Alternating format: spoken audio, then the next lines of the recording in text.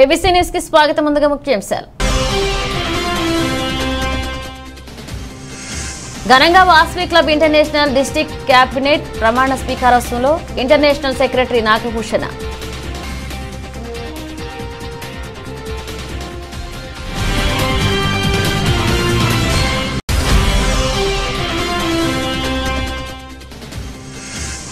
ప్రజాస్వామ్య పరిరక్షణకి టీడీపీ జనసేన కలయిక. 32, 33వ డివిజన్ల టీడీపీ జనసేన ఆత్మీయ సమావేశంలో ఆదిరెడ్డి శ్రీనివాస్.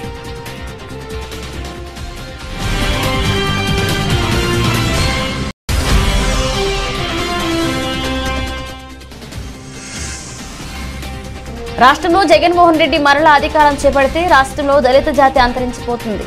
దళిత ద్రోహి జగన్మోహన్ రెడ్డి.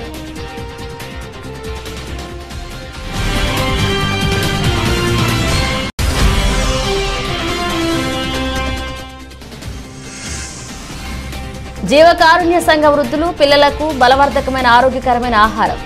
దాత కారుణ్యానంద స్వామీజీ ఆశయాలను కొనసాగిస్తున్నారు.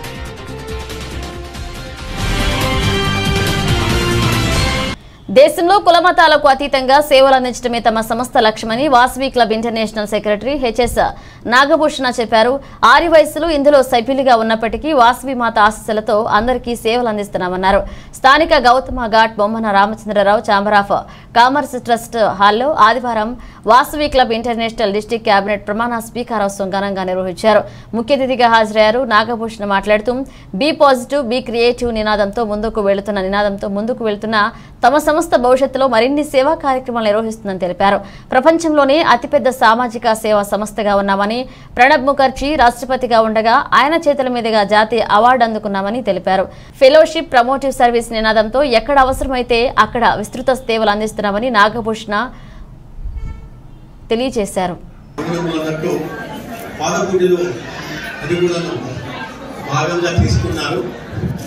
And the excellent time and opportunity to make the celebration of the district V 215A in Vassvi Clubs International.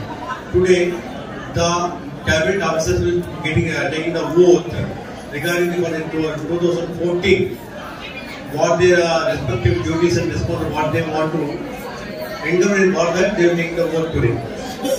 And ee roju ee oka pramana vachana స్వీకరణ మహోత్సవం రోజు జిల్లా వి 215 లో మన గవర్నర్ గారు వాసవియన్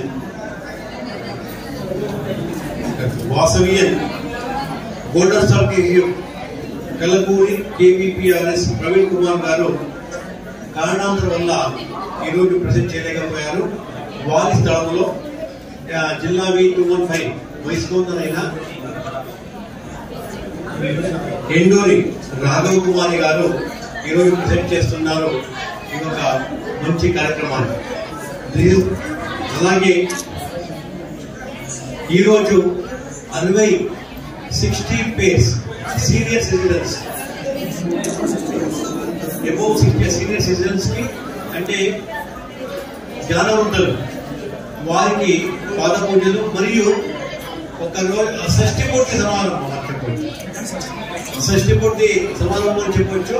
అలాంటి గొప్ప పనిని 60 పేర్స్ చేస్తున్నారు. చాలా రంగరంగ వైభవంగా చేస్తున్నారు. దాన్ని కళల పండుగ చేస్తున్నారు. మీరందరూ కూడా దాన్ని చూసి ఆనందపడవచ్చు.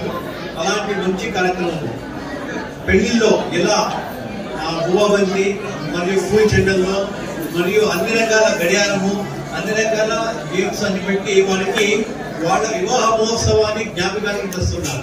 అలాంటి మంచి పని చేస్తూ ఈ రోజు పదవిని స్వీకరిస్తున్న అందరికీ కూడాను శుభాశయాలు కోరుతూ అంతర్రాష్ట్ర వాసవి క్లబ్స్ ఇంటర్నేషనల్ తరఫున వాసవి క్లబ్స్ ఇంటర్నేషనల్ సెక్రటరీగా కార్యం నిర్వహిస్తున్నా నేను. అంటే వాసవి డైమండ్ స్టార్ కేసీఎఫ్ శివవిలాసి డాక్టర్ హెచ్ఎస్ నాగభూషణ అనే నేను బెంగళూరు నుంచి వచ్చి ఇక్కడ ఈ యొక్క ప్రమాణోత్సవ కార్యక్రమానికి ముఖ్య అతిథులు వచ్చి విచ్చేసి చేస్తున్నారు. అలాగే ఈ సంవత్సరము మన వాసవి క్లబ్స్ ఇంటర్నేషనల్ ప్రెసిడెంట్ గారు Vasavi diamond star KCF the excellent tremendous super president అని చెప్పి ఈ సంవత్సరము the be positive be creative అనేది తీసుకొచ్చి ప్రతి ఒక్కరూ గెలవడానికే పుట్టినారు అనే ఒక బాండ్ విన్ అనే ఒక తత్పరాన్ని తీసుకుని వచ్చిన వాసవి ఇంటర్నేషనల్ కేసీటీఎం రవిచంద్రన్ గారు ఈ సంవత్సరము ఇంటర్నేషనల్ ప్రెసిడెంట్ గా మనందరినీ కూడా ఎక్సలెంట్ గా నడిపిస్తున్నారు. సో వారికి కూడా మొదలైవాడు. సో వారికి కూడా ముఖ్యంగా కృతజ్ఞతలు తెలుపుతున్నాము. సో అలాగే international executive chairman, international executive vice president అయిన వారు ఎలుగుల రామకృష్ణ గారు, అలాగే మన జై వాసవి, జై వాసవి. వాసవి క్లబ్స్ ఇంటర్నేషనల్ 1961 సంవత్సరంలో కల్వకుంట్ల చంద్రసేన గుప్తా గారు అప్పుడున్న పరిస్థితులను బట్టి సేవా సంస్థ అన్నది ఒక ఆర్య వయసుల నుంచి ఏదైనా ఉంటే బాగుంటుందన్న ఉద్దేశంతో ఈ వాసవి క్లబ్స్ ఇంటర్నేషనల్ అన్నది ప్రారంభించడం జరిగిందండి. అప్పటి నుంచి ఈ సంస్థ ద్వారాగా ఎన్నో సేవా కార్యక్రమాలు చేయడం జరుగుతుంది. ఈ 2024 సంవత్సరంలో డిస్ట్రిక్ట్ V215A నుంచి నాకు గవర్నర్గా పదవి బాధ్యత ఇవ్వడం జరిగిందండి. కాకపోతే ఎవరికైనా సరే పదవీ కాలం సంవత్సరమే ఉంటుంది.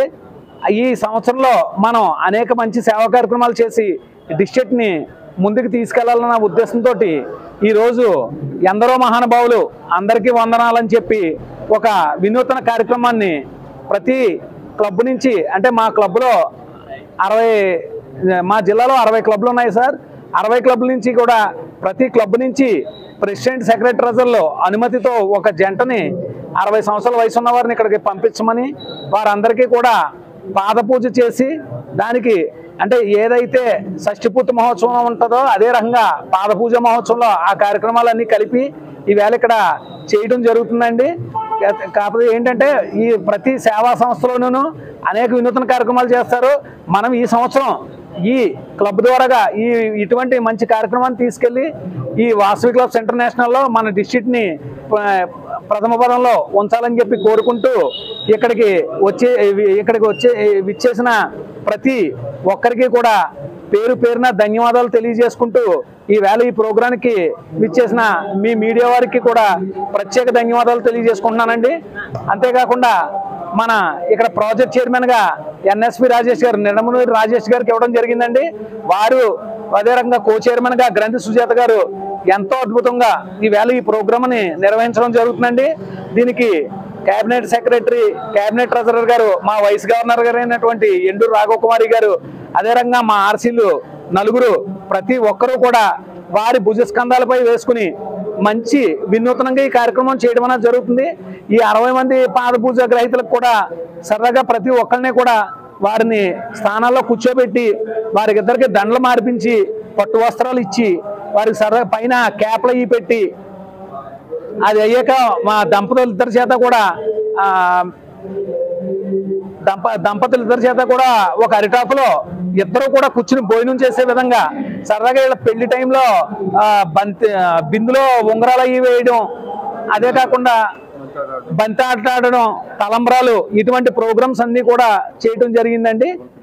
కాబట్టి ఈ కార్యక్రమానికి చేసిన ప్రతి ఒక్కరికి కూడా పేరు పేరున ధన్యవాదాలు. ప్రజాస్వామ్య పరిరక్షణ కొరకే తెలుగుదేశం పార్టీ, జనసేన పార్టీ కలిసి రానున్న ఎన్నికల్లో పోటీ చేయబోతున్నాయని టీడీపీ రాష్ట్ర కార్యనిర్వాహక కార్యదర్శి ఆదిరెడ్డి శ్రీనివాస్ అన్నారు. స్థానిక లక్ష్మీవారపపేటలో ఆదివారం 32, 33వ డివిజన్ల టీడీపీ, జనసేన పార్టీల ఆత్మీయ సమావేశం 33వ డివిజన్ అధ్యక్షులు సల్మాన్ రాజు, నగర టీడీపీ కమిటీ కార్యనిర్వాహక కార్యదర్శి, మాజీ కార్పొరేటర్ ద్వారా పార్వతీ సుందరిలో ఆధ్వర్యంలో జరిగింది.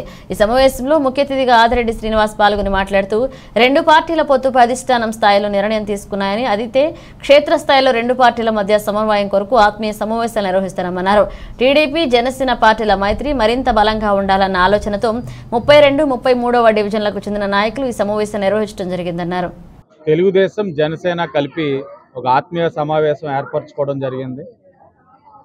మీ అందరికీ తెలిసిందే, చంద్రబాబు నాయుడు గారు, పవన్ కళ్యాణ్ గారు కలిసి రాష్ట్ర శ్రేయస్సు కోసం, ప్రజాస్వామ్య పరిరక్షణ కోసం తెలుగుదేశం, జనసేన కలిపి ఉమ్మడిగా రాబోయే సార్వత్రిక ఎన్నికల్లో పోటీ చేయబోతా ఉన్నారు.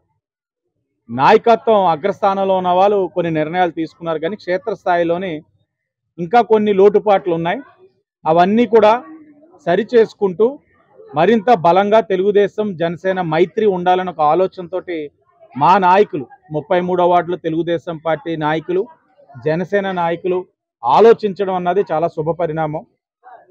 జనసేన ఇన్ఛార్జ్ గారు కూడా కొన్ని అనివార్య కారణాల వల్ల లేకపోయి ఉన్నారు. మరి నేను రావడం జరిగింది.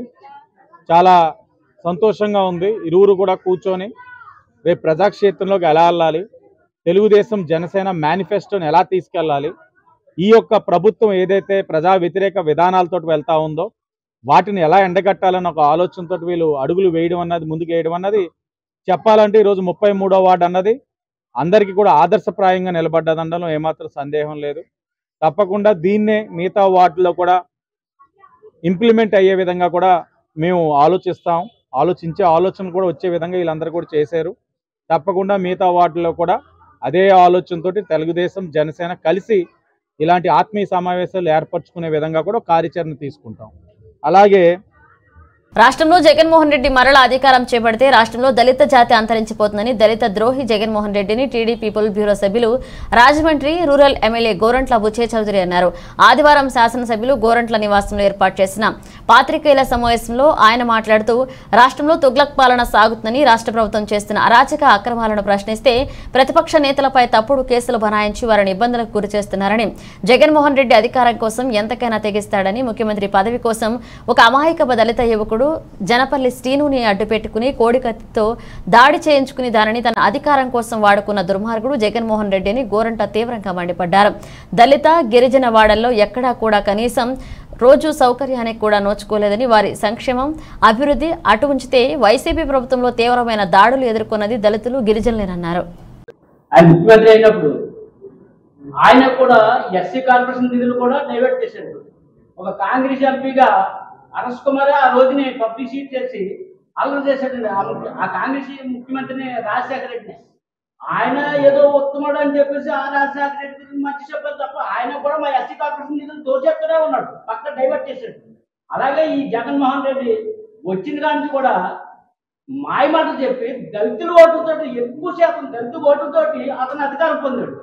మళ్ళీ ఇప్పుడు ఎలక్షన్ వస్తున్నాయని అంబేద్కర్ నిలబెట్టుకుని డ్రామాలు ఆడుతూ దళితుల ఓట్లు కొట్టేయాలని ఎంతో ఆలోచన చేస్తాడు.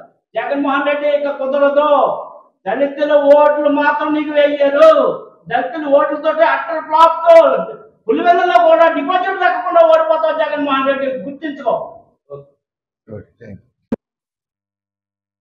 ఎవరైతే తన డ్రైవర్ని మర్డర్ చేసి తిరోమణనం చేస్తే వాళ్ళ మీదే కేసులు వేస్తావా, హింసిస్తావా? దళితుల మీద దాడులు ఇంత ద్రోహిగా మిగిలిపోయావు. ఒకవైపు రాష్ట్రాన్ని చిత్తకొట్టింది, వీళ్ళ రాష్ట్ర పరువు ఢిల్లీలో నడిబజార్లో రాష్ట్రాన్ని ఎంత నాశనం చేయాలి అంతా చేసావు.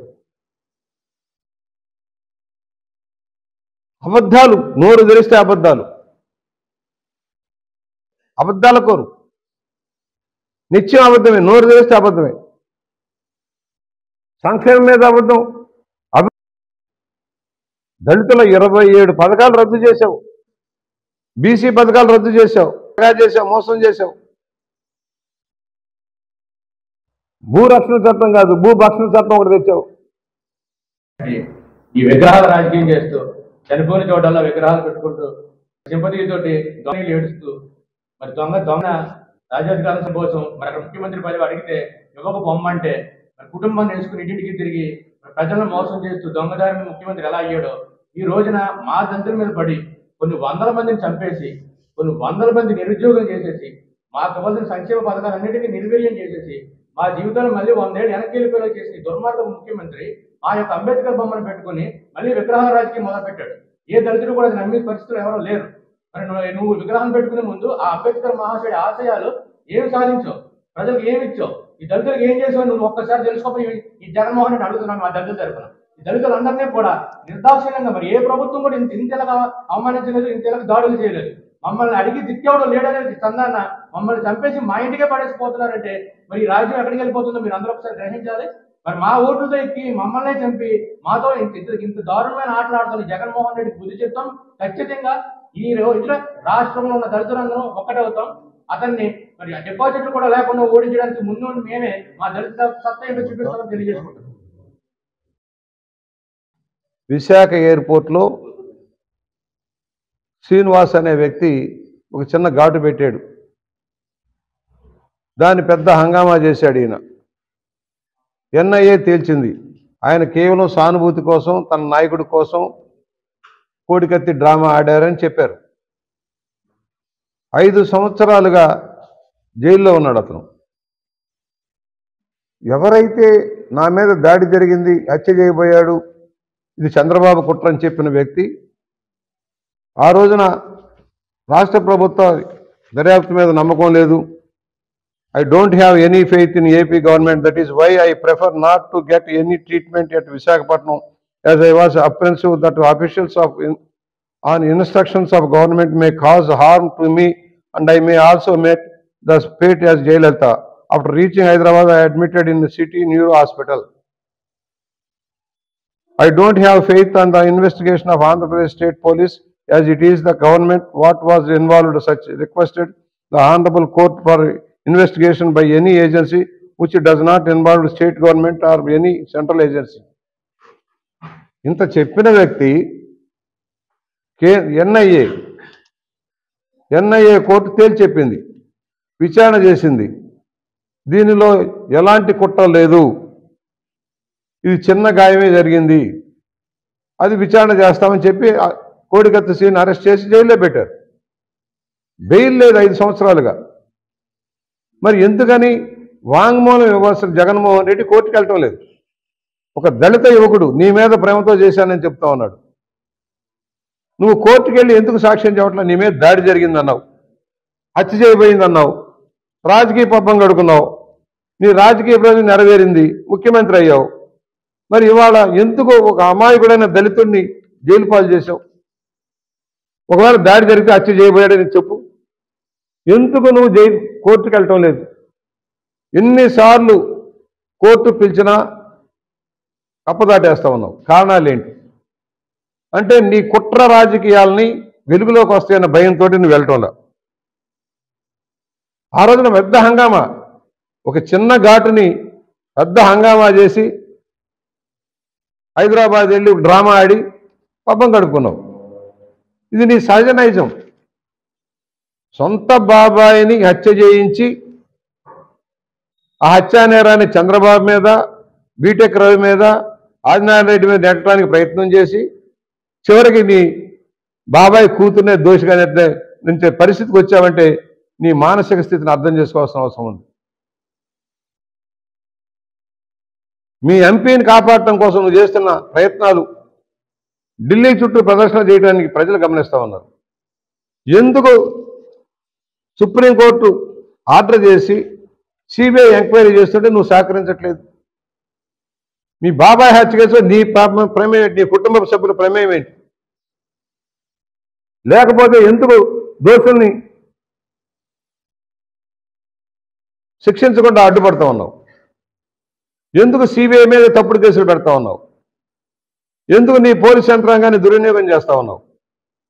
నీకు సహజ అలవాటు. 12 సంవత్సరాలుగా నీ కేసులు ముందుకు సాగకుండా అడ్డుకుంటా ఉన్నావు. 1 సంవత్సరంలో 2 సంవత్సరాల్లో తేలాల్సిన అవినీతి అక్రమాల కేసులు ముందుకు సాగట్లా. పిటిషన్ మీద పిటిషన్లు వేస్తా ఉన్నావు, వాయిదాల మీద వాయిదాలు వేస్తా ఉన్నావు.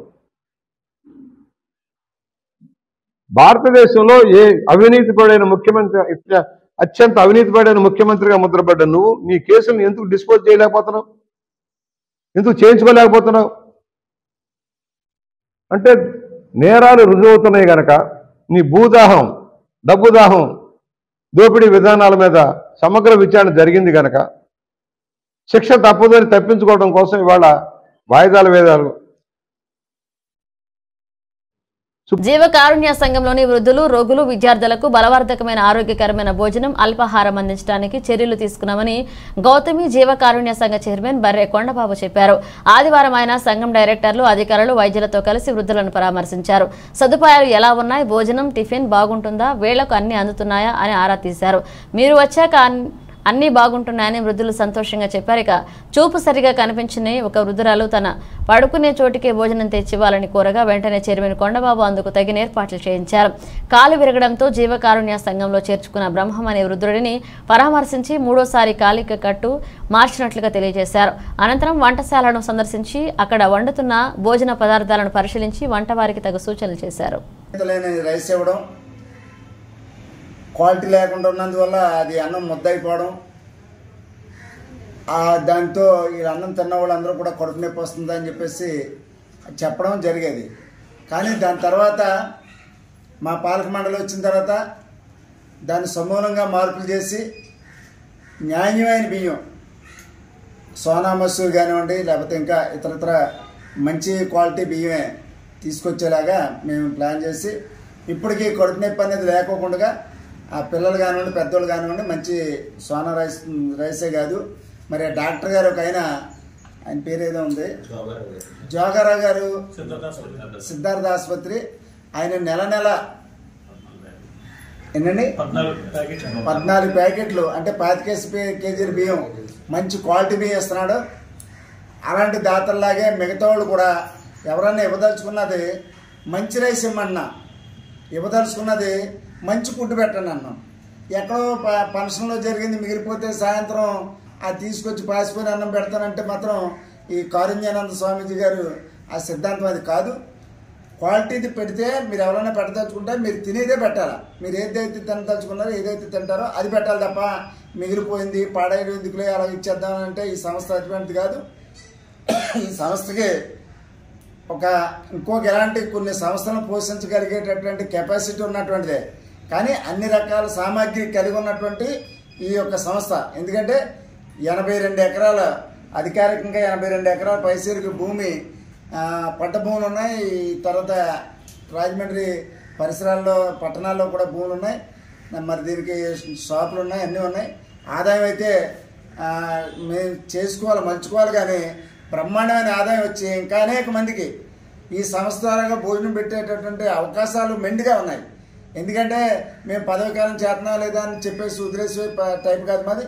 మేము ఉన్నంత కాలంలో మా పాలక మండలి 2 సంవత్సరాల కాలంలో మేము వీళ్ళకి ఆదాయం చూపించడం అది ఇప్పటికే పెంచాం. వృద్ధులు ఎవరైతే ఉన్నారో వాళ్ళు కానీ ఇంకోటి కానీ మేము పెంచుకుంటూనే వచ్చాం. ఆ విధంగా జరుగుతుంది. టిఫిన్ పెట్టే దగ్గర కూడా ఏదో ఎర్రనొక ఉప్మా లేకపోతే లా ఉప్మా ఈ ఉప్మా పెట్టినట్టు కాకుండా మేము ఒక రోజు ఇడ్లీ పెడితే ఇంకో రోజు ఎర్రనొక ఉప్మా పెడతాం. అంటే ఎర్రనొక ఉప్మా అంటే గోధుమ ఉప్మా. ఆ గోధుమ ఉప్మా వల్ల వాళ్ళకి బలం చేకూరుతుందని. అలాగే మళ్ళీ ఇడ్లీ పెట్టడం, మళ్ళీ కరాచీని ఒక పెట్టడం, అంటే తెల్ల అన్నం ఒక అది పెట్టడం.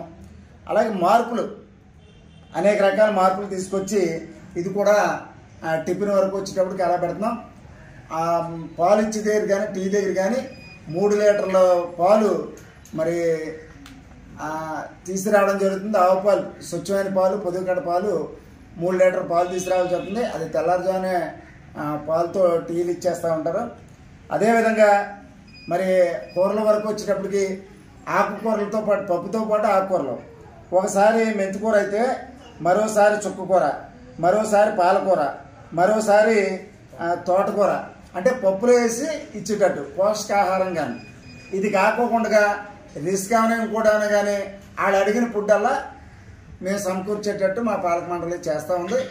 అంచేత పూర్తి స్థాయిలో వీళ్ళకి సంపూర్ణమైనటువంటి ఆరోగ్యం బాగుండాలి అనే ఉద్దేశంతో చేసుకుంటూ వస్తున్నాం. ఈ మధ్యకాలంలో కంపల్సరీ దగ్గర పడిపోయినటువంటి వ్యక్తి కూడా అప్పుడే 3 కట్లు వేయించడం జరిగింది. ఇప్పుడు కొంచెం లేచి కూర్చొని మాట్లాడుతున్నారు. అతను క్రాప్ అన్నీ వేసి మీసాలు గీసాలు తీసేసి కొంచెం నీట్గా తయారు చేసి అతనికి మరి మంచం మీద పాస్కి వేసుకోవడం, మంచం మీద బాత్రూమ్ వెళ్ళడం కనుక మనిషిని కూడా పెట్టాం. మనుషులను కూడా పెట్టి సక్రంగా చూసుకునే విధంగా చేస్తున్నాం. ఇక్కడ వంట చేసేటటువంటి వాళ్ళు కూడా మరి చాలా క్వాలిటీ వంటగానే వండుతున్నారు. వాళ్ళు మెటీరియల్ ఇవ్వాలి కానీ ఎంత బాగా ఉండాలో అంత బాగా వండుతున్నారు. ఇది కాకోకుండా మరి ప్రతి సంక్రాంతిలా కాకుండా ఈ సంక్రాంతి పండుగ మరి ఇప్పుడు ఉన్నటువంటి ఈవో గారు ఎవరైతే పల్లవరాజు గారు ఉన్నారో ఆయన ఈ సంక్రాంతి సంబరాలు చాలా చక్కగా జరిపారు. ఈ సంక్రాంతి సంబరాల్లో 6 రకాల పిండి వంటలు, 6 రకాల పిండి వంటలు, భోగి మంటే కాకుండా మరి చుట్టూ పచ్చ తోరణాలు, అదే అరటి మొక్కలు, చెరిగ్గల్లో ఇంకా అనేకమైన పచ్చి పూలు డెకరేషను, పిండి వంటలు, అనేక రకాల పిడకలు. అంటే బయట భోగి మంట, బయట పండుగలు ఎలాగైతే చేసుకున్నారో అదేవిధంగా సంక్రాంతి పండుగ చాలా చక్కగా జరిపించారు. అందుకే మా పాలకవర్గం తరఫున కూడా మరి ఈవో గారికి, ఇక్కడ ఉన్న సిబ్బందికి ధన్యవాదాలు తెలియజేస్తున్నాం. ఇక్కడ అన్ని సౌకర్యాలు, మెరుగైన సౌకర్యాలు, మెండైన సౌకర్యాలు అందించడానికే మా పాలకవర్గం ఉంది. దానికి తగ్గట్టుగానే మరి ఈ ఎవరైతే స్టాఫ్ ఉన్నారో ఈవో కాడ నుంచి మరి అటెండర్ వరకు కూడా బాగానే సహకరిస్తూ అన్ని రకాలుగానే పనులు చేసుకుంటూ వెళ్తున్నాం. మేము ఉన్నది కూడా ఆ వృద్ధుల కోసం, ఏదైతే అనాథ పిల్లల కోసం, ఏదైతే కుష్ఠరోగులు ఉన్నారో వాళ్ళ కోసం, మేము ఎవరు ఉన్నా కానీ వాళ్ళ సౌకర్యార్థం కోసమే మరి కారుణ్యానంద స్వామీజీ గారు పెట్టారు కనుక మరి ఆయన ఆశయాల సిద్ధాంతాలు కొనసాగించుకుంటూ రావడం జరుగుతుంది. అదే ఉద్దేశంతో మా రాజమండ్రి పార్లమెంటు సభ్యులు కానీ మరి మా రాష్ట్ర ముఖ్యమంత్రి గారు కానీ మమ్మల్ని అందరిని పాలకవర్గాన్ని నియమించినందుకు వాళ్ళకి మంచి పేరు తీసుకొచ్చే విధంగానే మేము అన్ని రకాలుగానే అడుగులు వేస్తున్నాం, స్టెప్పులు తీసుకున్నాం. ఏ రకంగా తొట్టుపాటు కాకుండా మేము చూస్తున్నామని చెప్పేసి తెలియజేస్తున్నాను. బులెటిన్ ముగించే ముందు హెడ్లైన్స్ మరోసారి. ఘనంగా Vasavi club international district cabinet ప్రమాణ స్వీకారోత్సవంలో ఇంటర్నేషనల్ సెక్రటరీ నాగభూషణ.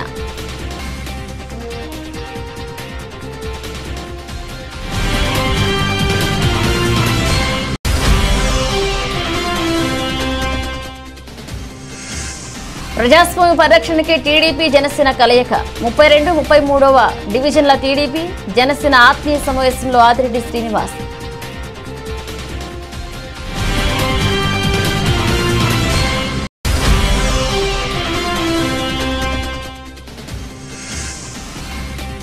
రాష్ట్రంలో జగన్మోహన్ రెడ్డి మరలా అధికారం చేపడితే రాష్ట్రంలో దళిత జాతి అంతరించిపోతుంది. దళిత ద్రోహి జగన్మోహన్ రెడ్డి.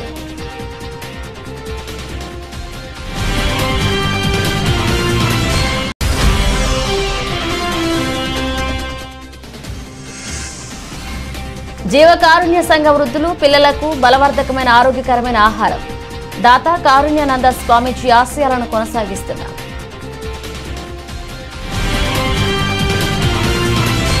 ఇవి ఇప్పుడు అప్డేట్స్. మరణ అప్డేట్స్తో మళ్ళీ కలుద్దాం.